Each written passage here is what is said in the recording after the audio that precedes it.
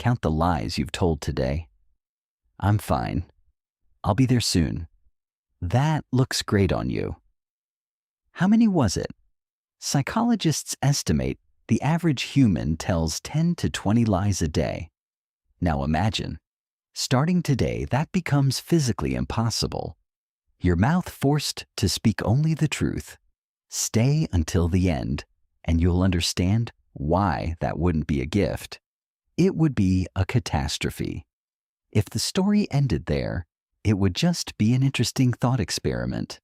But the real story starts now. Because what we're about to explore isn't really about lying at all. It's about what every relationship, every identity, every social position you currently hold is actually built on, and the answer is something most people spend their whole lives avoiding.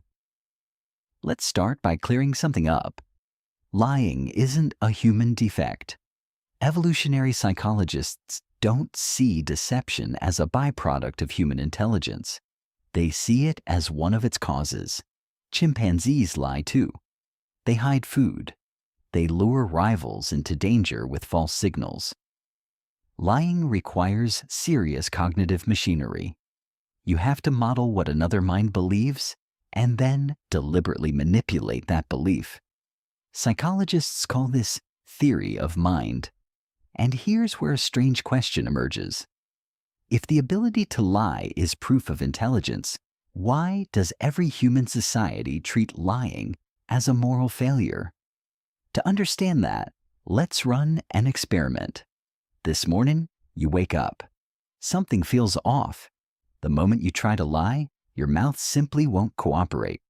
Your partner asks, "How was the work dinner last night?" You try to say, "It was fine."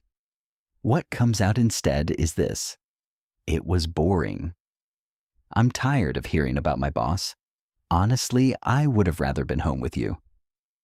Your partner's face changes. You just handed over a feeling they never asked to know. But then something strange happens. They smile.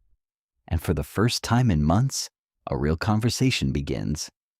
Hour one isn't as bad as you expected. The real trouble starts around noon. You get to the office. Your boss asks, "What do you think of this proposal?" Your mouth opens. "Honestly, I knew this would fail 3 weeks ago. Nobody said anything because it was your idea." The room goes silent. Here's the first thing we have to confront. Society isn't built on honesty. It's built on polite silence. And the moment you remove that silence, what collapses isn't the relationship. It's the system itself. But this wasn't even the worst part. The truly terrifying part comes later in the day. You stand in front of the bathroom mirror, and the things you've been quietly telling yourself start spilling out loud. "I'm not happy right now.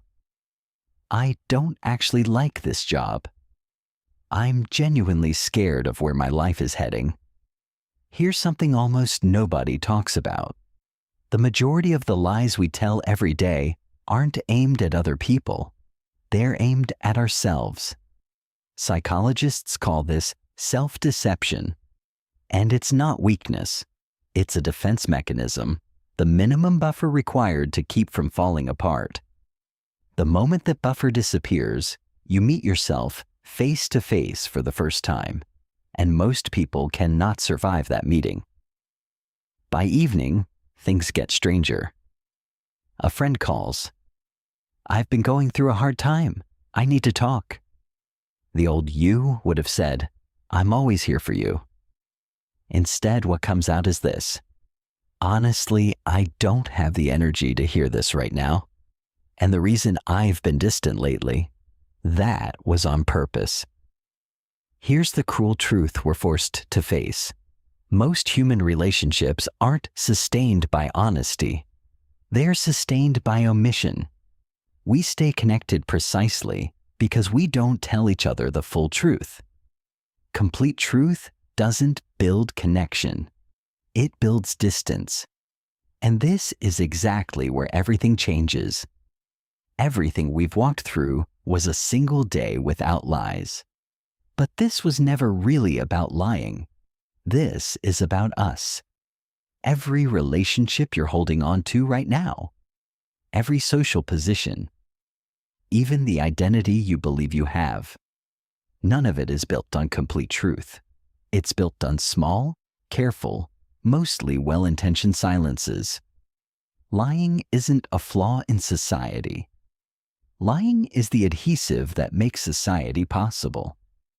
If we were completely honest with each other, most relationships wouldn't survive a single day. That might sound like a bleak conclusion. But here's where the real question begins.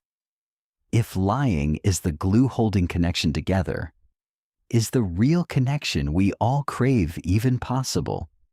Or are we all just living inside carefully constructed silences, being exactly as honest as the other person can bear, and no more? Maybe the scariest thing isn't a day without lies.